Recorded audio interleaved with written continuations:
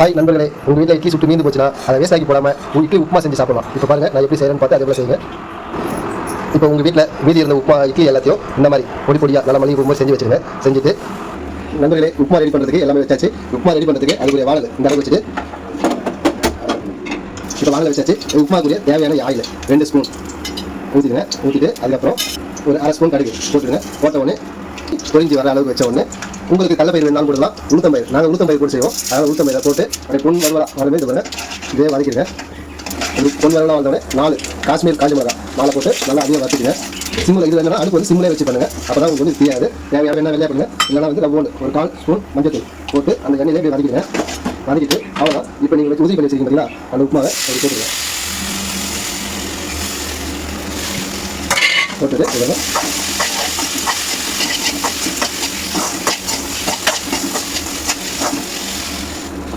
இந்த மாதிரி கிளறிட்டு சொல்லுங்க. மீடியமாக இருக்கும். இப்போ இதில் உங்களுக்கு ஆல்ரெடி உப்பு இட்லியில் வந்து உப்பு ஆல்ரெடி இருக்கும். இப்போ நமக்கு லைட்டாக தேவையானது அளவுக்கு உப்பு லைட்டாக சேர்த்துக்கிட்டு நல்லா சிம்மில் இருக்கிற அடுப்பு நல்லா கிளறி விடுங்க. இந்த மாதிரி உப்பு நல்லா கிளறி விடுங்க. இறக்க போகும்போது உங்கள் வீட்டில் கருவேப்பிலை கொத்தமல்லி எது இருந்தாலும் இந்த மாதிரி லைட்டாக அப்படியே போட்டு தூவிட்டு அதை கிண்டி எடுத்துங்க. இட்லி உப்புமா ரெடி ஆகிடுச்சு. இப்போ இதை நம்ம தட்டை கொட்டிட்டு